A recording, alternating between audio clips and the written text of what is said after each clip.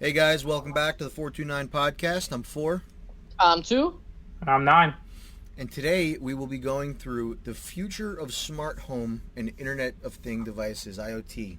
So Okay. let's why don't we get into this a little bit? Let's talk about what is IoT, what is smart home, right? Not everyone's so tech savvy, so let's talk a little bit about what those actually are and what those mean, right? So I'm pretty sure most of you, even if you think you don't know what smart home and IoT is, you probably do. So Amazon Alexa, all of these home assistants and virtual assistants, Google Home, the Apple what's Pod. the Apple Pod, right? Yeah. The I is it the Apple Pod? Is that what it's called? For Uh, what? You're talking about the app? The No, Apple no. the Apple version of Alexa. Oh, Siri. Well, I No. meant the Apple version of the Amazon Alexa, the actual device. The HomePod. It's The called Home Pod, that's what Well, it is. Yeah. that's just a speaker though. But whatever. Yeah. Go on. Yeah. So anyway, all of those home assistants are kind of like, I would say, the bridging point of what is modern home, of modern smart home, right? So a lot of people nowadays, they have smart lights. You can, from your phone or from your Alexa, from your home assistant, virtual assistant, tell them, hey, shut off my lights. There's a lot of smart doorknob kits and locking kits now for your different doors. You can kind of walk up to a door, oh, your Bluetooth senses it or whatever, automatically opens for you when you get home.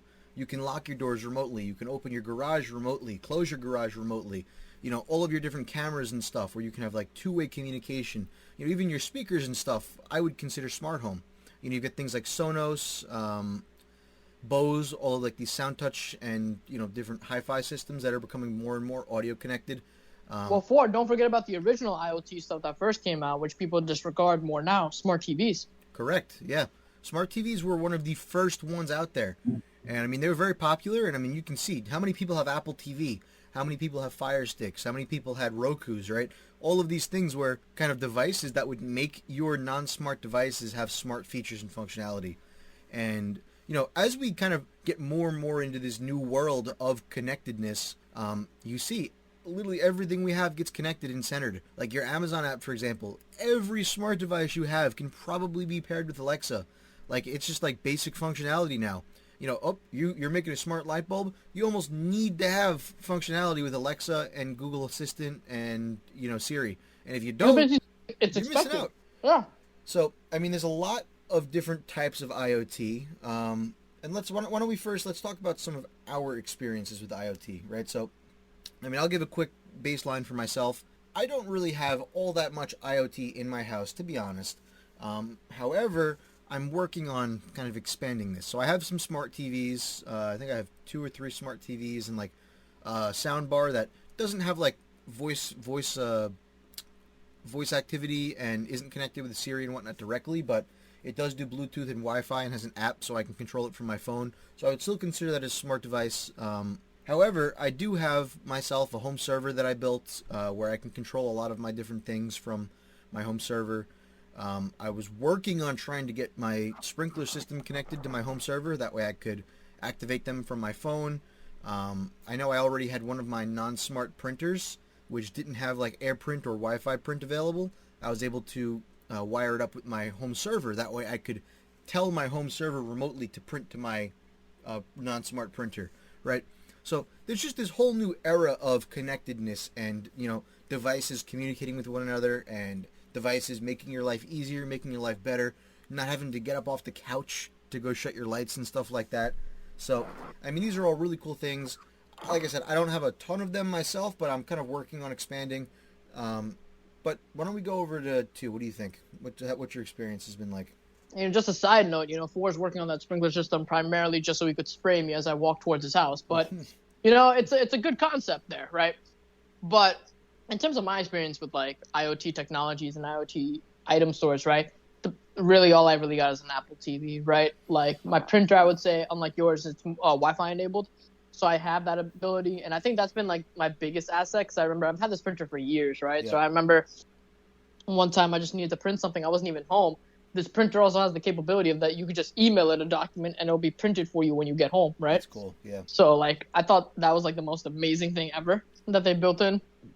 But other than that, in terms of other like smart technologies and smart things, I'm more of a traditionalist in the sense of view. It's like I'm not really a big fan of all these smart technologies for we'll get into this later in the podcast for like security reasons and stuff like that. Mm-hmm. But I definitely see the benefit and the added, convenience of having these technologies all around your place. But that's just on me. Nine, what about you? So, like 4, I have experience working with IoT. I think I was one of the first in our group to really start experimenting with it, like primarily. Mostly I've done things involving like Raspberry Pis and stuff like that because they're kind of like the go-to unit for simple IoT projects. If you want to do a simple server, a network server, Raspberry Pi. If you want to do kind of like a relay switch controller, hook it up to a Raspberry Pi and you have a series of switches to connect the applications like lamps and stuff like that. And, I try to keep it, I would say for learning experiences, I try to not rely on like consumer ready IoT devices, Yep. So like smart plugs, they're, what's it called? Smart TV, boxes like Apple TV or Chromecast. I try to rely on those, but more and more every year as time goes on, these things are becoming more and more affordable, more and more approachable for normal consumers. It used to be like 5-10 years ago, like IoT was just a pure hobbyist kind of thing. Someone who really wanted that extra further level of control of their household to really optimize every little nuances and going on through their house, from the sprinkler system to the lights fixtures and stuff like that. But now like it's becoming like almost a standard. Yeah, it's becoming like a standard. And big brands have made it really easy for anyone to really pick up IoT or make your house into like an IoT system now. Oh yeah.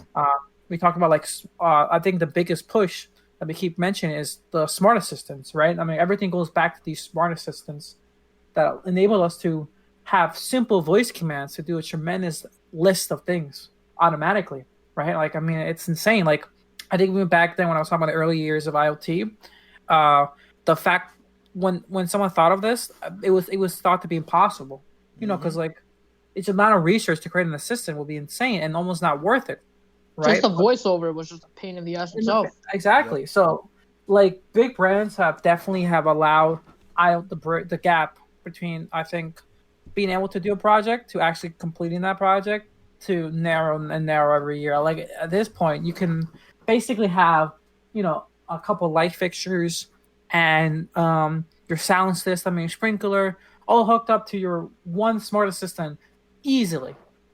And now with like smart plugs, you can have basically any application technically connected to your IoT system easily. Mm-hmm. But there are, still cons and still pros to doing it yourself, self-made, and brand consideration. I think mostly just costs. Yeah. It's just pretty much cost. And, also you kind of lose in my opinion, you lose kind of the fun a little bit if you just start plugging everything up to like ready-made things. Mm-hmm. But, that's just my experience so far. So here's another thing, right? Why don't we get into the privacy here? I know this is a big component of it, and I think it's important that we talk about this early on in this conversation because it will carry through the rest of this, I think.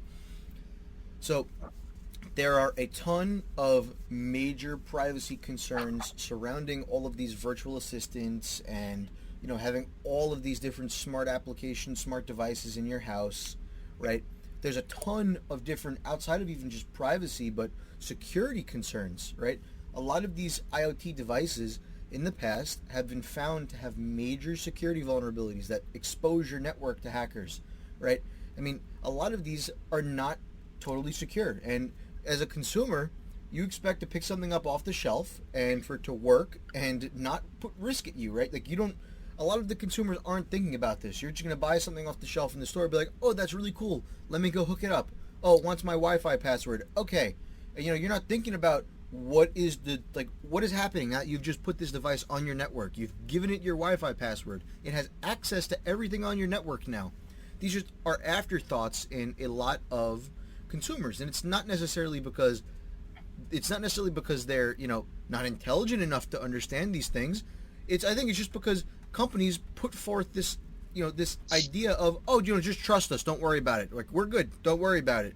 And a lot of companies are now like, I feel like these data breaches that happen, no one even cares. Like they just shrug them off. There's no more of a, oh my God, we're so sorry, right? Like a lot of companies aren't even giving you like credit monitoring and stuff for data breaches anymore. It's just like expected, like, oh, data breaches happened, big deal. They're creating this. It's just like yeah, go ahead. Yeah, I think that's the biggest issue you just pointed out, and like you alluded to the whole Equifax thing that happened, right? Yeah. Like 99% of Americans I don't think ever approved Equifax even getting their information, myself included, and we were all affected by this, right? If you had a credit card, you were affected by this. Period, right? So it's like, it's pathetic how you had that whole data breach go thing, and what did we get? Oh, we got free credit monitoring for a year, and that you could freeze your account. Yeah, but if you freeze my credit, I can't apply for more credit without unfreezing it. So you're putting me through more hassles for something that's your problem and your fault, right? Yep. Like, and even these other companies with other data breaches, like there was the whole Google Plus data breach, right? Yep. And now I think 5 years later, they're coming and giving like a class action lawsuit against it. But you're getting paid what, $12 if you had a Google Plus account? Big whoop, $12 for your data getting stolen, right? Yep. Is your data really worth $12? I don't think so. Right? With all the effect that it can have on you, it's worth a lot.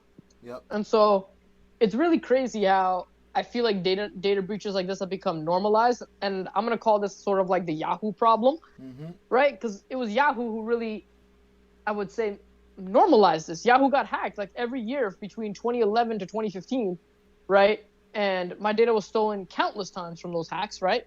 But like it was just normalized that like, oh, no one's doing anything. No one's going to cause us to do anything. Like, I think there needs to be a bigger stand of ground between governments and countries to stand their ground on this whole data thing. And we've seen it happen, right? Yep. So now you see, like, Europe taking action with GDPR and watching how the whole data is being treated and everything. But I think there needs to be larger consequences because a data breach is just as bad as, my bank account getting broken into, for example, right? Yeah. And if there's this much regulation in the finance industry to make sure that doesn't happen, why isn't there that much regulation in the tech industry to make sure our data doesn't get stolen, right? Yep. Yeah. No, it's totally true. But there are a ton of security concerns, right? Like, so for example, if you load up a smart light bulb onto your network and all of a sudden it's found that light bulb now has some type of security vulnerability that allows hackers to get remote access to it. Now, hackers have remote access to that light bulb, which you've now just put on your internal network, and has can reach all of your devices. So that layer of protection you had by being on a private network is now gone, right? You've now got someone else that has access to your network and any other vulnerable devices on your Wi-Fi. Maybe you forgot to update a computer. Maybe you're plugging in an old device for the first time in a while, right? Like, now all of these things could lead to you being breached and actually losing things like your own personal data, or maybe they'll log into your bank account with credentials they phished or keylogged from you, right? Like, the sky is the limit once a hacker's on your network. So yeah, we talked about this when we were doing research and stuff like that. Us together, we kept looking up, researching vulnerabilities and stuff like that, and exploits that people were doing, and we instantly found a trend with a lot of these vulnerable networks. They all came from one like origin point, and it was like some sort of IoT device that security wasn't it's like their security wasn't like a main focus, right? Because you have systems like computers and smartphones, like sure they get hacked from a couple of times, but security is definitely a forward priority in these devices. But the guys who are making smart fridges or smart TVs or even like a smart toaster, right? They're not even thinking about what are the network implications and security going with me installing your smart toaster, right? Yep. So we want this thing to work from your smartphone. It's going to be great. Well, the biggest, I think, issue in that article you're actually referring to was not even just the regular IoT device, right? I'm not talking a particular issue. I'm talking about a multitude of issues that happen. Oh, yeah, but like the scariest thing is like a lot of these issues actually come from like, you guys will be surprised to hear this, baby monitors. Right? Yeah, I heard about this. Like, there's so many baby monitors or baby devices that like. Have you heard about that one instance where one guy actually hacked in and actually was able to play his voice over the monitor? Yeah. Oh, that wasn't even playing his voice. That was his live voice. He was talking to that person live. Well, that's what I meant. Like he was talking to the baby. That's terrifying. That's creepy. That's insane creepy. Right? Think about this, right? Here's an article that I saw a while back. I just pulled up again. Back in, I want to say this is 2017, hackers were able to break in to, let me see, it's a North American casino. It doesn't look like this article lists the casino name, but it's Casino North America, through a smart fish feeder and sensor. So they have a fish tank in the casino that has some type of IoT connected sensors for temperature and pH and for feeding, right? And a hacker got in through this smart fish feeder, and this led to them stealing 10 gigs of data from that casino. So, Yeah. I mean, when you're talking about text data, that's a lot of data. I mean, who knows how much that, how much stuff could be stored there. So 10, that was 10 gigabytes of text data? yeah, well, I mean, 10 gigs of data in general, but I would like to assume it's text data because It could be anything. It could be like footage. It can be, I guess. Well, if it's footage or like pictures, I don't expect it to be that much data, but like just 4%. It's what- not- if what- that's text data, that's a shit ton of data, bro. Well, he's saying like it's any data, so it could be footage. It could be a range from Yeah. footage to text. It can even be like text in terms of like employment like I said, records. my assumption is that if you're a hacker on a casino network, you have no reason to steal camera footage. I mean, you can walk into the casino and get that footage yourself. Just record yourself. There's no benefit there. So I mean, he must have been targeting something, and my guess would be he's stealing actual documents. Probably, it has to be something It valuable. doesn't I mean, make, why it would doesn't you make do it? sense otherwise. So But this goes back to the point where, like, essentially your network is only as strong as your weakest link. And when Yep. you start adding a bunch of internet things, right, you're going to have lots of weak links. I mean, like, who would thought, like, if you even had, like, a security guy on board, who would thought, like, hey, make sure that smart fish feeder is up to par and standard with I would have security. thought that. You would have thought that, but I guess But nine I out would of- not have thought that. 9 out of 10 people would not have thought that. First and thing I would that's have it. done is run a network scan. I would have found like every device. I mean, you need to be aware, right? If you're going to be a network administrator or deal with security at a company as big as a casino, like you need to be aware of every device on your network. Is the firmware for every device on your network up to date, right? I mean, they should be running scans consistently. It's pure oversight when it comes to these things. What's Well, the I issue? don't- What if for- the issue is that's a smart fisher, right? The company who makes it doesn't give two shits about the firmware. It doesn't provide the latest Well, firmware. here's the thing. They should care, and if they don't, should care. you should be running scans to check vulnerabilities, right? A lot of the time, these things are running similar platforms, right? IoT devices, a lot of them are based in the same development boards. They're based with something with something in common. They're using the same protocols. You can scan for these things, and even if you're not scanning for them, you should be manually checking, right? I mean, it's pretty simple to me that a smart fish feeder from a company not nearly as large as like Microsoft, for example, right? I mean, you can be pretty sure if you keep your computers up to date, your Windows machines, they're going to be pretty secure. They're not going to be very vulnerable so long as you're not outdated.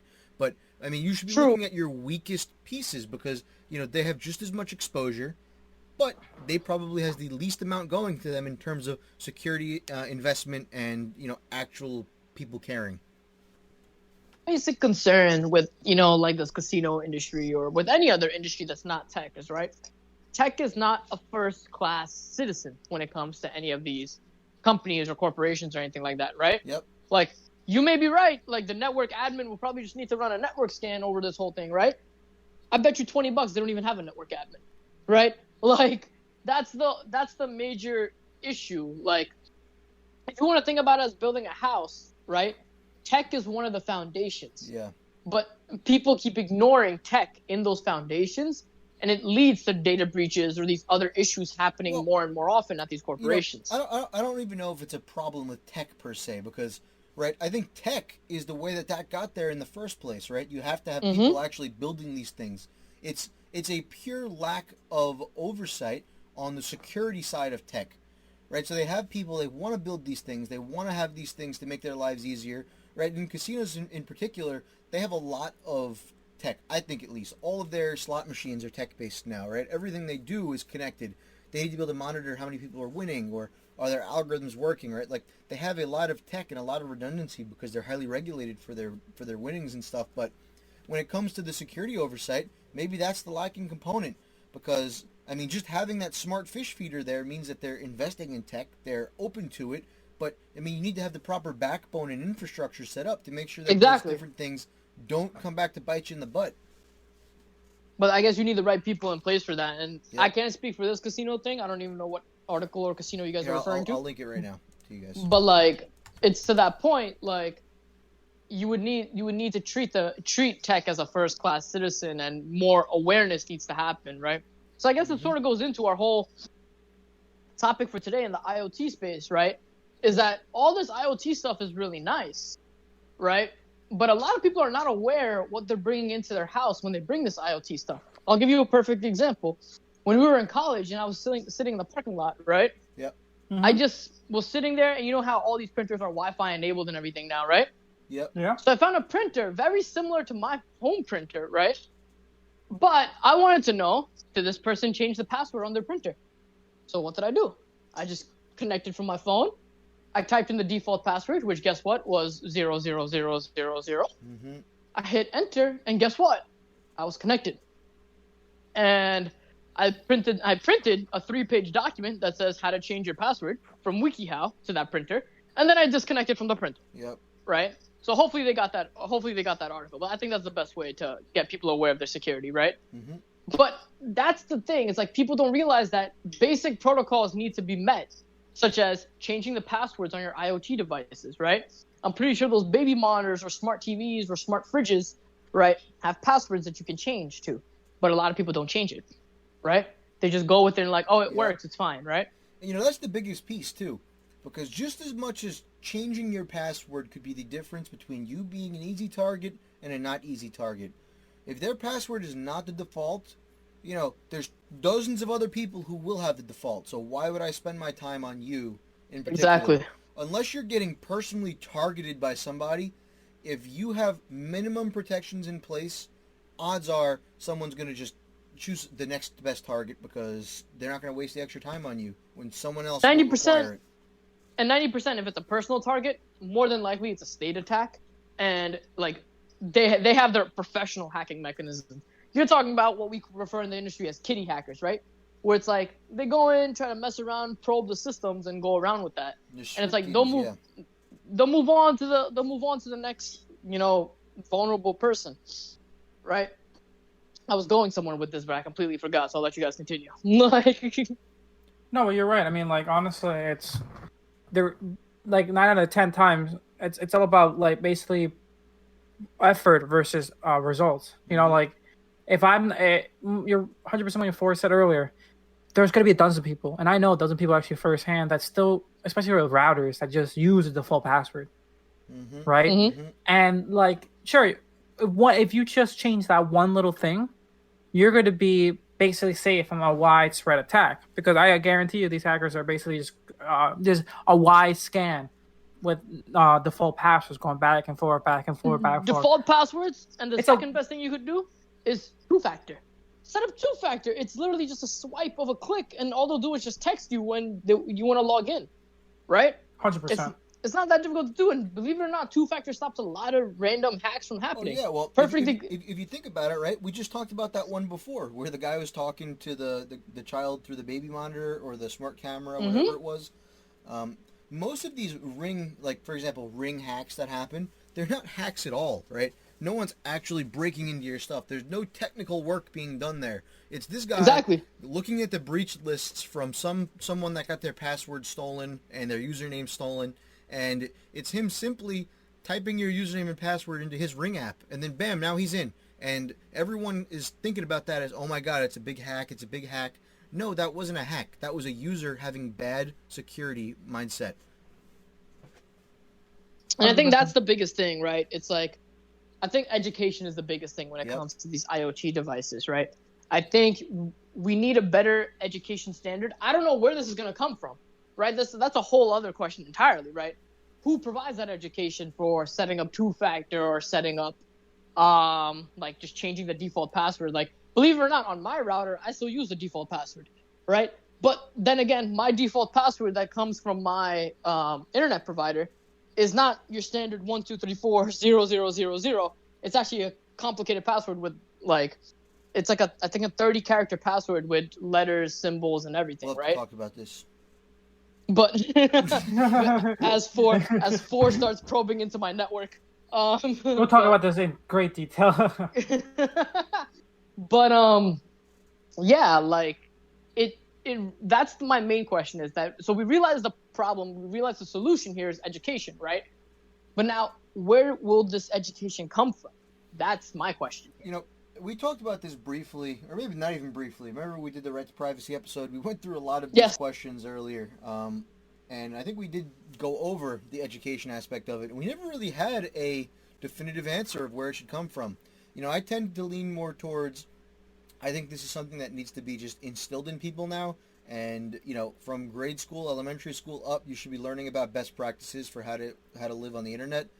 At least for, you know, kids that will be going through the school system. And, I mean, in turn, I think that when you have kids that are smarter with these things, you know, even if you can't directly teach people who are older, right? Because, I mean, how can you just force people to go learn, right? If they don't want to learn, you can't force an adult to go learn internet security, right? But just giving them that person in their family, for example, that can help them learn these things and help them kind of learn and get better with them, I mean, I think that's big. A lot of people don't have someone they can go to that will give them advice on these things, right? Like, you know, for me, in my family, I get phone calls all the time. It's like, oh, I got a pop-up, I got this, I got that. Oh, I need help setting this up. And, you know, I get Hey, Windows all is the telling me time. my security is vulnerable right now. Should I click on this? Yeah. Hey, I have a project idea. You know, so Oh, I hate those project idea ones, I man. try to teach. I try to I help. don't want the equity. Like, give me money. And if you could get your small children that are going through the school system to become more acclimated with it, to get more comfortable, to get them more educated surrounding these topics, maybe they could be that person for their family and friends.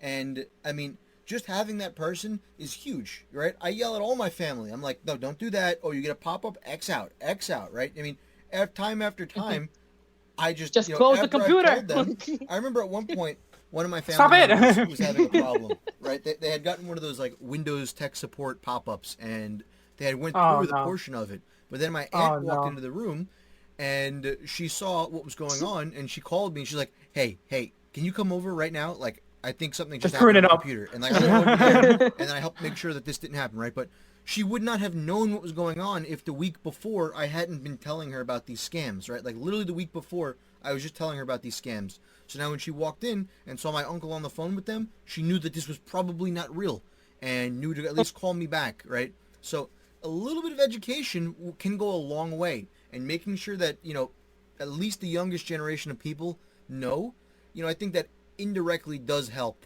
people that are older, even if you don't directly educate them. And the best way I think we as people can help like people avoid these types of scams, right? Just waste their time on the phone, right? It's a great pastime activity of ours. Like, let me tell you, me and Nine one time were just waiting for. Ooh, I dropped something. But me and Nine were one time just waiting for Four to come to Nine's house, and I get one of these Indian scammer. Damn it, man! I get one of these Indian scammer calls on my phone. He goes, "Sir, your account has been locked and everything, and blah blah blah blah blah." And then Nine's talking like an old Hispanic lady on the call. And all of a works sudden, every time. he was like, "Por qué? Por qué?" And that dude literally cursed us out, hung up, and then that's when Four showed up. Otherwise, Four missed out the whole show. But honestly, you see these things happen all the time on YouTube videos and everything. Just waste these guys' time. We all know they're scams. If the guy answers the phone, says his name is John Smith or some other generic American or European name, right? But sounds like one of those fake Indian accents you hear on TV. Yeah, it's probably fake, right? 100%. Like, there's no way that's actually happening. They're not sending sheriffs to your house, okay? That will come and arrest you right now. The IRS will never call you. Yeah, the IRS will never ever call you. They don't even give you the tax refund money back. Let me tell you that from personal experience, right? So don't even go nuts with that stuff, right? Yep. And I know, like, you know, we have a broad audience right now from our Asian community out in India and Kazakhstan, for example, right? And, you know, these guys are just as sick of it as we are here in the United States because they feel like it's putting a bad name on their culture, on their representations, right? It's like you have bad people in every community. And, like, I feel so bad, and my heart goes out to all of you, all of our listeners out in India right now, right, that feel that we're all stereotyping you or framing you in this light because of the bad apples you guys have in your community that are doing these scams, right? And I appreciate, you know, those governments and those organizations actually working on those governments and those organizations actually working and adhering to these scams and taking care of them, right? Like you hear the CIA is actually working with the European version, the United Kingdom version of the CIA. I think it's MI6 or whatever it is, right? They're working together, and they're all based based in India now to actually go and find these scams and take them out, right? So it's like it's amazing to see what happens. But anyway, back to like the main core topic here, IoT, right? I think basic education and security is a need there, right? Yeah. And that's the whole, I guess, gist of that. So, but moving forward on the other IoT, so beyond security, right? As we've ranted enough on that, right? Why is IoT really appealing to you guys? Like, for example, why do you want to automate your sprinkler system or do all this stuff besides your tinkering mindset that you have, right? Oh well, I mean, like, now there goes my biggest reason. But okay, besides me just being curious and wanting to do things for fun, it's just convenience, right? Like all the time I see this, right? It's like, oh, we'll get home and it's been raining all day, and there my sprinklers are on because I forgot to shut the timer, right? Like. It's just annoying, right? Now imagine if I could either from my phone say, "Oh, shut sprinklers," right, or skip schedule, or even if I could plug it into the weather app, and if it knows if it's raining, okay, don't turn on, right? It's been raining all day. Now we know to skip. So the weather widget now. Perhaps the weather widget. Or if I really wanted to get crazy, you could do things like using sensors, right? I could put sensors in my lawn and connect them back to my NAS. So that way, that would be dope. So that way I can know, hey, what's the water content? And then when the content reaches a certain level, bam, I know to turn on. It doesn't even need to be scheduled anymore. You can know for a fact when you need to water your grass, right? This is IoT. It's not only for convenience, right? But it increases the efficiency of things. If I had that water sensor, I would be able to efficiently water my grass exactly how much it needs, right? For the exact time it needs it. There's never a point in time when my grass doesn't have the water it needs or gets too much water because I now know based on those sensors exactly how much water content is in the soil, right? So there's a lot that can be done, not only for convenience but also for efficiency. And I mean that goes everywhere, right? Like think about let's say a light, for example, in your house, right? Yeah. Maybe it's convenient because you're sitting on the couch and you don't want to have to get up to go shut your lights. But maybe in an alternate setting, you forgot your lights on in your house. You're on vacation, perhaps. You can't go back to your house to shut them. Bam. You have an app on your phone now. You can shut them from your pocket, right? No more worrying about, did I leave my lights on? Oh, I got to have so-and-so go check for me or blah, blah, blah, blah, blah. Bam. Nope. You save the electricity bill. You don't have to pay that light bill. You could even take it a step further. Maybe the lights detect that they're on for a long period of time. Bam, you just shut them automatically. Oh, the lights have been on for 12 hours straight? Yeah, that's probably not right. Let me just shut them, right? Like, you can take these simple steps, and I mean, not only is it convenience, but it could save you money, makes things work better, it could increase the length of longevity that your lights will last because you're not going to have them on unnecessarily. I think there are some really cool things that go on with smart home. Nine, what do you think? What's your reasoning here? I think it's a lot of multitude. The biggest one, like you alluded to, is our tinkering mindset, like figuring out why, how to make this thing work. Just seeing, for me, I like seeing something I created my own hands come to life and form a functional, some sort of like convenient thing. Second would be convenience, like you keep leaning on to. It's just so convenient to have like the sprinkler system automated, to have your AC automated, to have your light fixtures automated at different time intervals or even colors variables, Yep. It's just convenient. But I think for me, not even going over the obvious ones, two big ones would be one, sometimes for me it's the ability of laziness, basically, right? Mm-hmm. You might have a particular situation where, I could get up and turn off the lights every time I need to. Or I can build a makeshift little motor that turns off the lights that are connected to my Pi that will talk over to the network, and I can just do it while I'm sitting down. It's like these types of things that like big brands won't waste their time doing, like really oddly specific things, but I'm too lazy to keep repeatedly doing them.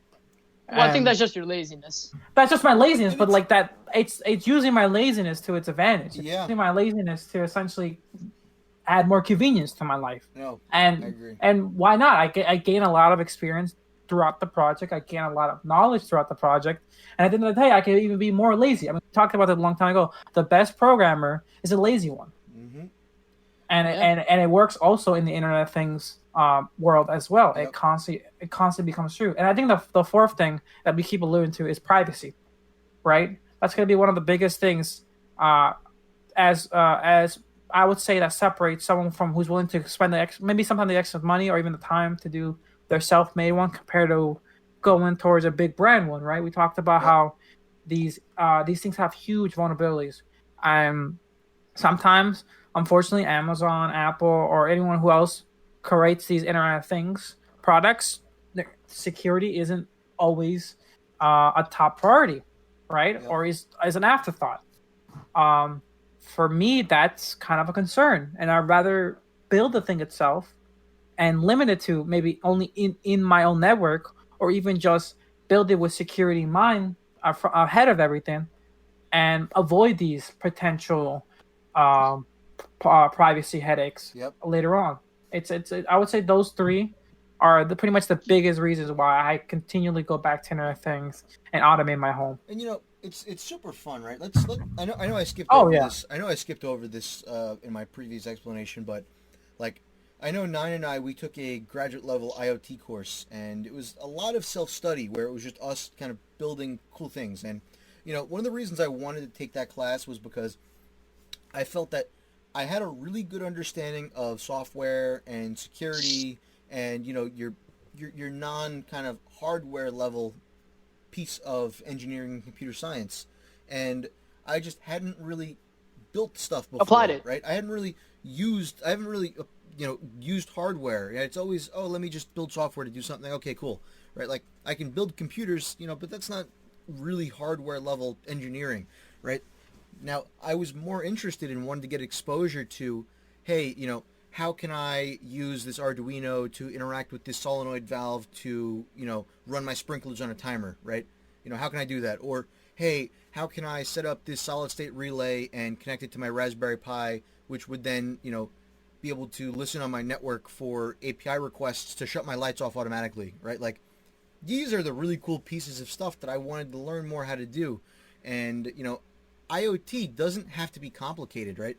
A lot of this stuff is made very easy now with the modern, development boards like Arduino and Raspberry Pi. and miniature compute modules like the Raspberry Pi, right? So it can be very plug and play, but there's a lot of different things that go into it. There's all different types of sensors and relays and solid state relays, and there's different ways to interact with your environment that are, very, very cool and interesting. And I only kind of have the tip of the iceberg in terms of exposure, but it's interesting and it's a fun hobby. And I mean, most importantly, it's different than the real work that I do, and it separates that a little bit. Where, hey, working on fun IoT projects is, maybe it'll decrease my likelihood of having burnout in terms of programmer burnout, because I'm not working only on software, not only for my job, but also when it comes to my hobbies. So Also, another thing we should point out is that it leads us to new fields that we wouldn't probably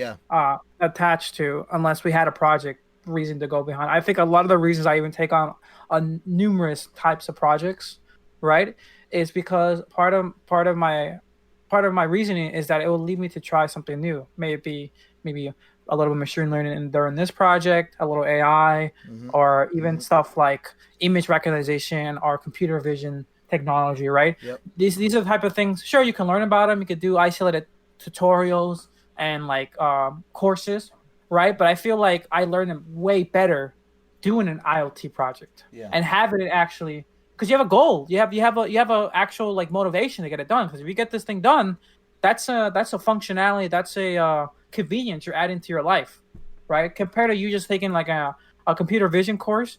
Sure, you're gonna learn it. You might keep some of the knowledge, but since you're not really applying it to anything useful or anything actually applicable, it's just gonna be gone in 6 months unless you keep rehashing and using it. So it really allows you to build new skill sets, try out new fields, new technologies, and really challenge yourself. You know, it's so funny. Like ever since I started getting into this stuff, like I look at things differently now, right? It's like, for example, one of my fans broke the other day, right? Now, before, and when I say fan, I mean just like a regular, like, blows air fan type thing. Um, it broke, and you know, before I would have just thrown out the fan. But what did I do now? I took the fan apart, and I'm trying to see if I can salvage the motor because it's a nice motor that has a lot of power, and I think it could be really cool to use in other projects, right? So took it apart, got rid of all the frame, broke it down to just the components, right? So I've got the plug that goes into the wall outlet plus a set of buttons, and then I've got the actual motor itself. Now, even after I took it apart and took out some of the unnecessary stuff, I still haven't been able to directly get the motor to work. And, beforehand, well, like I said, I wouldn't have even considered doing this, but now I'm almost positive that the problem with this is that I think the capacitor that it's using for the starter coils is probably broken, and that is likely why I can't get this motor to turn on. I don't know how it happened. Maybe there was a power surge or something, but I think the motor itself and the coils are probably fine. I'm thinking it's likely just that capacitor. So what am I going to do? At some point today or tomorrow, I'm probably going to look up that ID of that freaking little capacitor, buy a new one on Amazon, cut it out, resolder it in, heat shrink the wires a little bit, bam. And now maybe my fan will be back to working for $3, or I can use that in a different project, for fun. So, yeah, 100%. It changes your mindset. It makes you gives you new perspective. become more. Yeah, and that's way more perspective. And also, if you think about it, those skills are, saving costs. Like you can instead of just like you said, alluding to throwing things out, right? You're recycling. You're essentially giving new life to old tech. And IoT's always been about that. Yep. Giving sort of like new power, new skills to your old things, and basically upgrading them without huge costs. Like I no longer have to.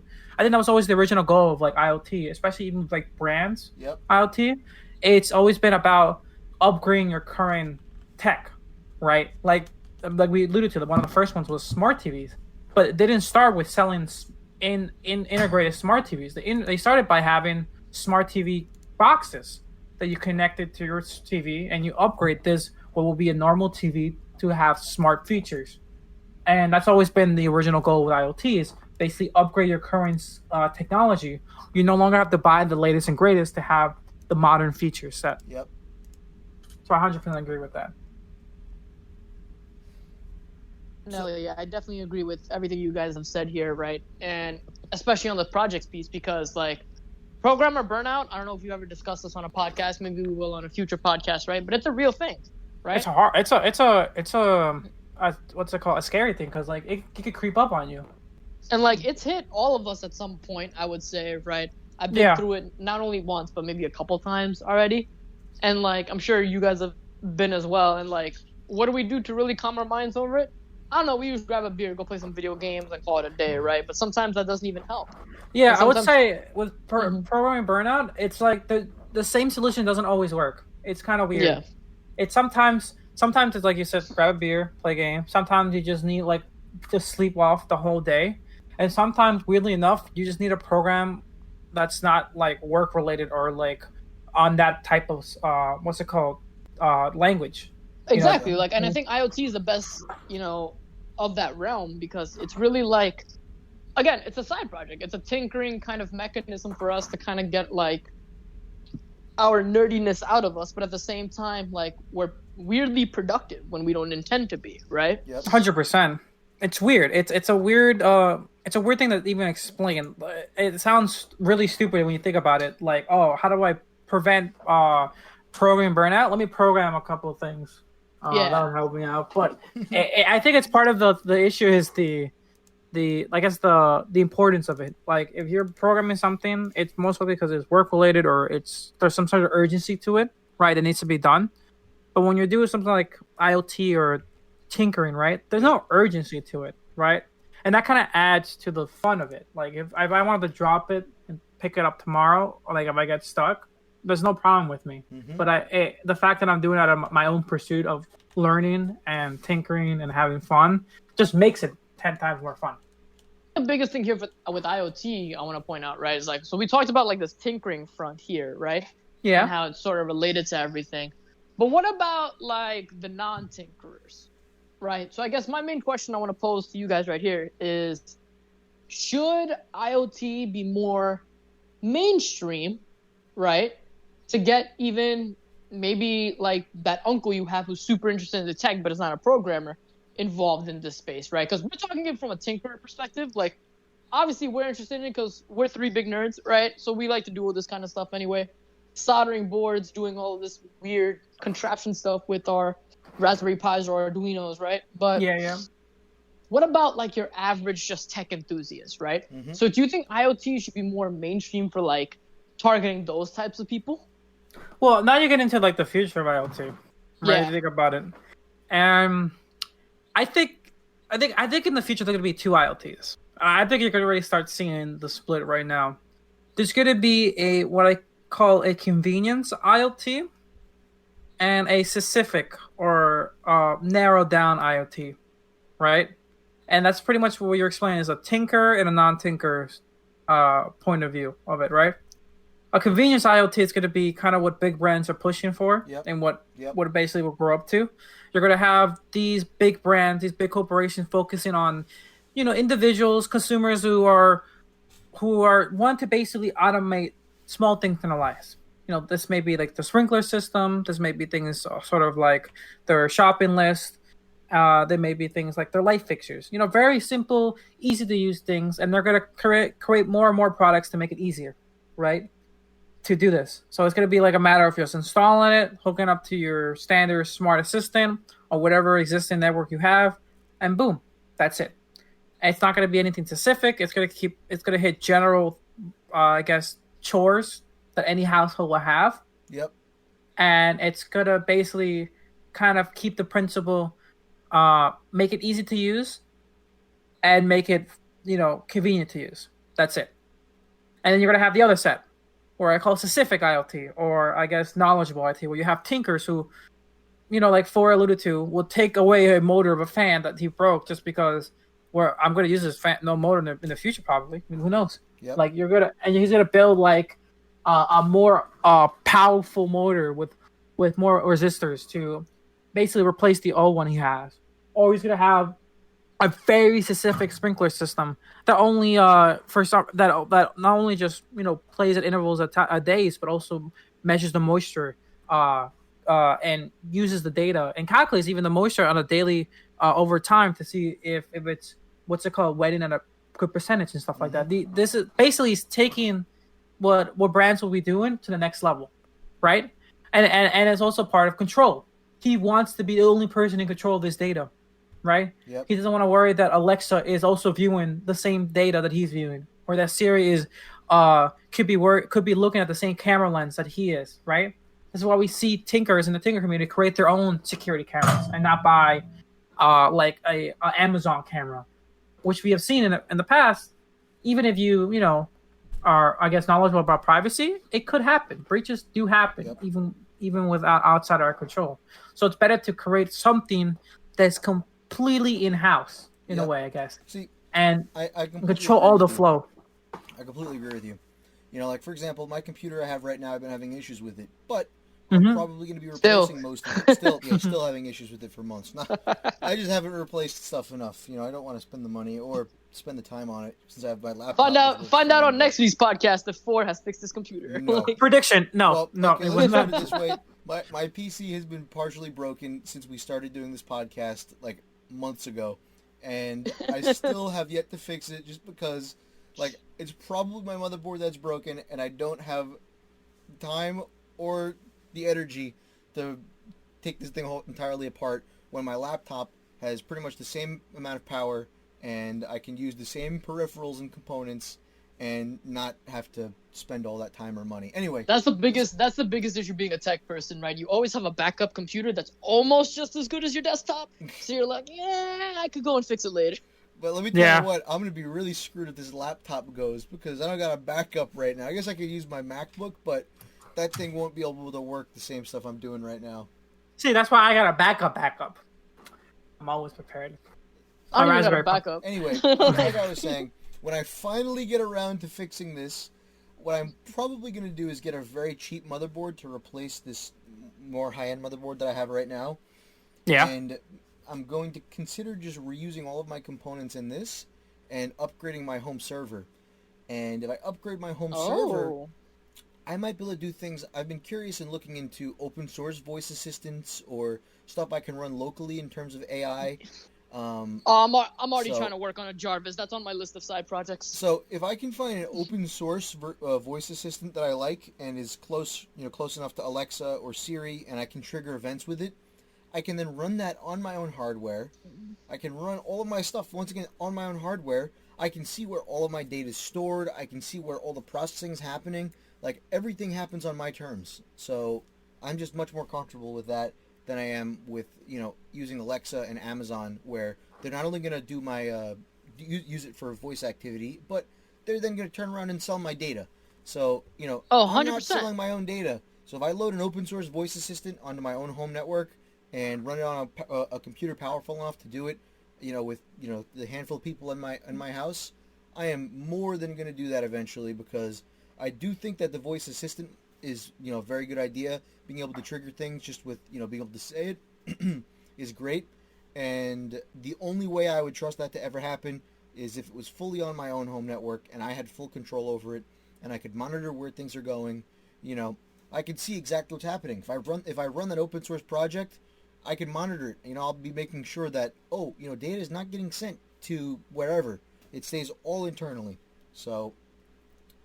And now you could sell your own data. I could if I wanted to. Damn.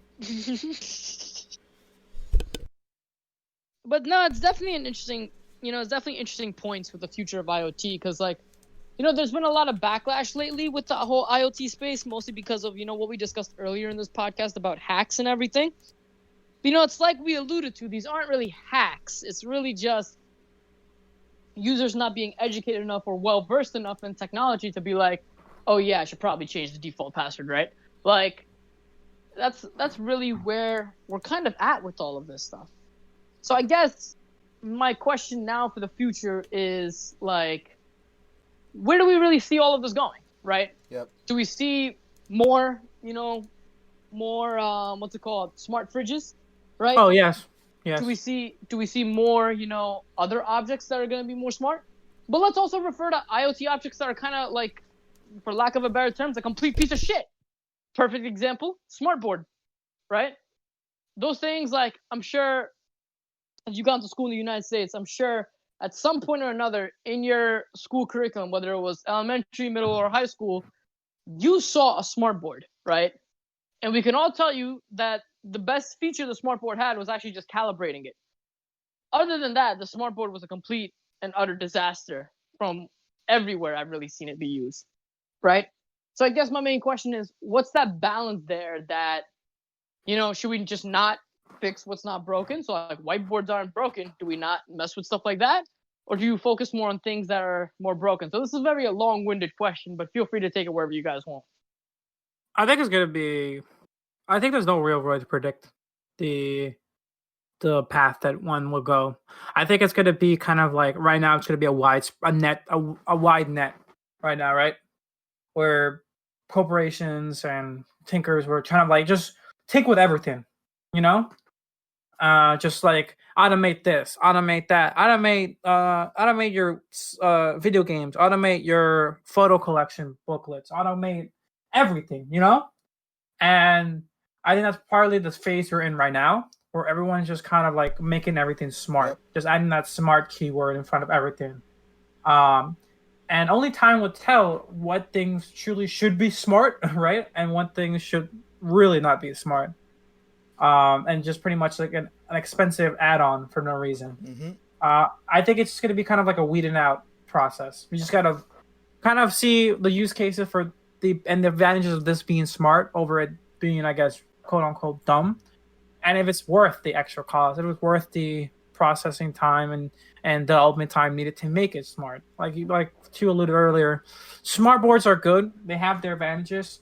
Yeah. But the average person wouldn't really gain that much of advantage, I would say. And you could probably replicate a smart board, especially with today's technology, way cheaper with even better results. You know. 100%. That's it. I'm buying one now just to prove you wrong. Okay. But like, I bet you there's things right now that we can't even think of to make them smart. And in 5 years now, people will be like, "Why haven't we made this smart? This is so convenient." Like A smart bed. a smart. Honestly, that doesn't sound that bad. Think about it. Having a smart bed that could It sucks you into the bed and doesn't let you get up. I was gonna say more like, kind of like Throws you out of bed when you gotta wake up. Wasn't even thinking that either. But you're adding great features already that I should not tone it down. I was thinking more like think about a smart bed that like relegates your temperature. It senses you're too warm, right? Cools down your bed a little bit, or that it senses that you're a little bit too cold at night, warms it up a bit. Stop snoring from elevating properly, slowly to help. I would just want my bed to just throw me out of the bed in the morning so I can actually make it to work. Those are the pro features. Those are the pro features that I'm listing down. Of course, the best features are always going to be behind the pro subscription wall.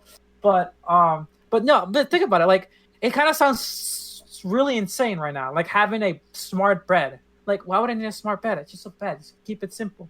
But I bet you, like 10 years from now, people will be like, "I love my smart bed. It's so great. I could not live without it. How did I even sleep before?" What was sleep before this? Like, it takes out the big hammer and slaps me, and that's how I sleep so perfectly. But like, these are like things that we wouldn't even think about. Like, you even see like smart toilets in Japan. Yeah, smart toilets are those are weird, man. They have warmers. They have built-in bidets, right? They're weird, right? They're weird, right? They're but weird to from what I us hear right now, but they could be very well, the biggest thing ever next year. Yeah, and from what I hear from Japanese users who use it, they're like, "You guys living like primitives. Like, this is amazing. It works really well, and apparently it's also more environmental friendly because you don't use that many like toilet paper and stuff like that. So it's like it has like nothing but advantages. Well, but like just think about it. It's a huge advantage, right? Like, can you imagine being able to like set your toilet to warm every morning? That way, when you wake up, you don't have to sit down on cold porcelain. Exactly. That's a benefit. That is a benefit. Exactly what I was saying right now. Two just alluded to what I was saying. People are gonna be like, "That's weird," but like, I bet you 5 or 10 years now, people are gonna be like, "I love my smart toilet. It keeps my butt nice and toasty. Like, how did I live without it? It pairs with my smart bed too." Like, I don't know, that cold porcelain wakes me up in the morning, but like, I mean, you can have a cold porcelain setting to wake you up. Those are the pro features. I'm writing this down. Your smart bed automatically detects when you get out of bed. It's that way your toilet warms and your coffee starts brewing from your smart toilet and smart Keurig. We're talking about like the full automated life. We're talking about like a Jetsons type future. Exactly. I was gonna say we're talking about the life where the 50s and 40s have predicted that we'll be in right now. You know, the type of thing where you literally should not have to touch anything, and everything will be set for you. Your bed wakes you up. The smart toilet warms up your seats, so then your automatic a hallway brings you to your toilet. You sit down, you're nice and toasty, you do your business, get up, automatic toothbrush, brushes your teeth. Your automatic hallway then takes you to the kitchen where your toaster already automatically has warmed 2 pieces of toast for you. How'd the toast get there? Automatic toast dispenser. See, the world is bright as much as we make it. And while some of these things may be totally ridiculous and not really necessary, we're definitely in what I consider the developing phase of the IoT. We're sort of like in the beginning discovery phase. What can be smart? What cannot be smart? And why should it be smart? And this is not even just we're right now. This whole episode we kind of talked about home automation and home IoT, but we also got to remember that IoT exists outside of the home, right? Sure. It's in military, it's in medical, it's in transportation, right? These IoT things, a lot of the IoT products that we see in our homes today started from different origins. A lot of the medical stuff, like time scheduling, stuff like that happen in hospitals, where time restriction, time scheduling is an essential thing. Where basically did help the development of IoT products like, I guess, Siri and smart AI. And military IoT has brought over its benefits over to us. Yep. So the future of IoT it's going to be a very crazy thing. And especially for people who I would say are not into IoT right now, I expect huge population growth that use IoT in the near future. 100%. Yeah, I don't know, but like the way I'll end the podcast with, one of my favorite sayings from one of my favorite people, the world is your oyster. That's a direct quote from SpongeBob. Feel free to take me on that quote. But basically, I think the future is going to be very interesting to see where IoT really goes. And, like Nine was saying, there's all these little things that will come up in our lives shortly that will be like, how the hell did we live before, right? Like your smartphone. Oh, yeah. Like a smartphone is the best example, right? So let's see how it goes. But anyway, guys, we are out of time. Unfortunately, if you guys want to hear more from us, let us know. You guys have been interacting with us more and more on Instagram and Facebook and Twitter, and we love the interactions. Love it. Right? Keep hitting us up. Keep messaging us. We appreciate all the love and support, right? But anyway, guys, this has been the future of IoT and IoT technologies. I'm 2. I'm 9. And I'm 4. And we will see you on TechCast Friday. Later, guys. Woo! Catch you Bye. later, guys.